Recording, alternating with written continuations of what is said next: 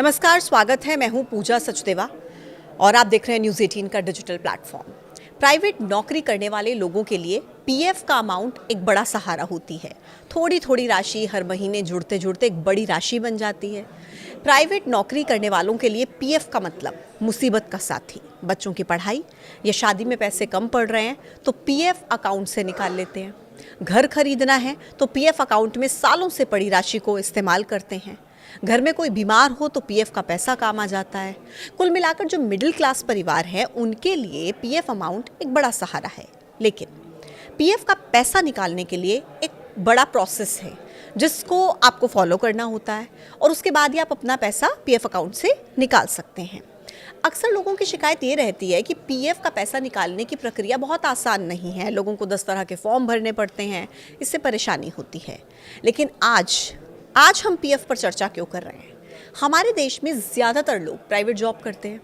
आज हम इस बारे में बात इसलिए कर रहे हैं क्योंकि अब पीएफ का पैसा निकालना आपके लिए बहुत आसान हो जाएगा। आपको कागजी कार्रवाई की ज़रूरत नहीं पड़ेगी।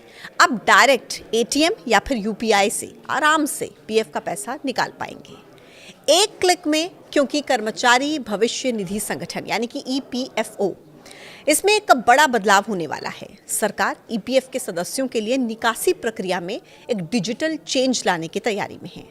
केंद्रीय श्रम मंत्री मनसुख मांडविया ने एक इंटरव्यू में बताया कि मार्च 2026 से पहले 75% तक ईपीएफ जमा राशि को सीधे एटीएम या फिर यूपीआई यानी कि यूनिफाइड पेमेंट इंटरफेस के जरिए निकाला जा सकेगा।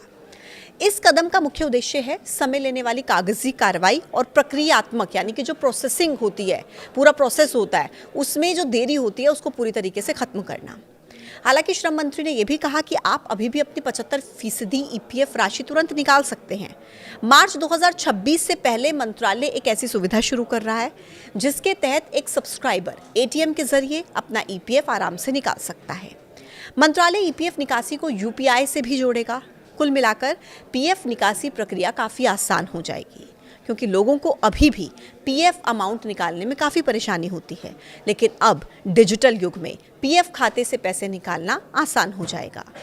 तो ये जो नई व्यवस्था होगी, इसके तहत कर्मचारी अपने पीएफ खाते में जमा कुल राशि का 75% तक निकाल पाएंगे और बाकी का 25% 25% राशि वो रिटायरमेंट सुरक्षा के लिए खाते में सुरक्षित रखी जाएगी। हालांकि देखिए, आप अभी भी अपने पीएफ अकाउंट से 75% तक राशि निकाल सकते हैं, लेकिन उसके लिए कुछ तय फ्रीक्वेंसी होती है, कुछ तय पैरामीटर्स होते हैं जिनको आपको ध्यान में रखना होता है। जैसे कि 1 महीने से ज़्यादा बेरोजगारी के मामले में ईपीएफओ 75% तक पीएफ शेष राशि निकालने की अनुमति देता है और लगातार 2 महीने की अगर बेरोजगारी है तो उसके बाद आप बाकी के 25% भी आराम से निकाल सकते हैं। मकान बनाने के लिए, मकान खरीदने के लिए 3 साल की जब आपकी सदस्यता पूरी हो जाती है तो उसके बाद एक या फिर एक से ज़्यादा किस्तों में आप पीएफ बैलेंस का 90% 90% तक आराम से निकाल सकते हैं। और इसी तरह होम लोन के भुगतान के लिए, बीमारी के इलाज के लिए, शादी जैसे उद्देश्यों के लिए कुछ शर्तों के साथ पीएफ एडवांस निकालने की सुविधा उपलब्ध है। लेकिन नई सुविधा शुरू होने के बाद पैसा निकालने के लिए आपको कोई विशेष कारण बताने की ज़रूरत नहीं होगी कि आप अपना पैसा क्यों निकाल रहे हैं। फिलहाल पीएफ अकाउंट को यूपीआई से लिंक करने का कोई विकल्प उपलब्ध नहीं है। ईपीएफओ जब ये सुविधा शुरू करेगा तब इसके लिए ऑनलाइन प्रक्रिया शुरू की जाएगी। पीएफ अकाउंट को यूपीआई से जोड़ने के लिए यूएएन यानी कि यूनिवर्सल अकाउंट नंबर का एक्टिव होना सबसे ज़रूरी शर्त होगी और इसके साथ ही सदस्य का आधार, बैंक अकाउंट और पैन को यूएएन से लिंक करना यह अनिवार्य रहेगा। मोबाइल नंबर भी आधार और बैंक खाते से लिंक होना चाहिए, क्योंकि पूरी प्रक्रिया ओटीपी आधारित वेरिफिकेशन पर ही रहेगी। तो पीएफ यूपीआई लिंकिंग से लोगों को बड़ी राहत मिलने वाली है, लेकिन एक साइड इफ़ेक्ट भी हो सकता है। और वो साइड इफ़ेक्ट क्या है? देखिए, लोगों की बचत पर ग्रहण लग सकता है। जब मन करे पीएफ अकाउंट से फंड निकालने की अगर आपको सुविधा मिल जाएगी तो क्या पीएफ खातों में सालों तक जो राशि बचा कर रखी जाती है उसको छोटी छोटी ज़रूरतों पर लोग एटीएम पहुंच जाएंगे। ऐसे में पीएफ अमाउंट कितने दिन तक अकाउंट में टिका रहेगा, ये बड़ा सवाल है, क्योंकि एक बड़ी सेविंग के तौर पर इस पीएफ अमाउंट को देखा जाता था। अब आप इसके बारे में क्या सोचते हैं, ज़रूर कॉमेंट बॉक्स में बताइएगा, अपनी राय ज़रूर साझा कीजिएगा और देखते रहिए न्यूज़ 18। नमस्कार।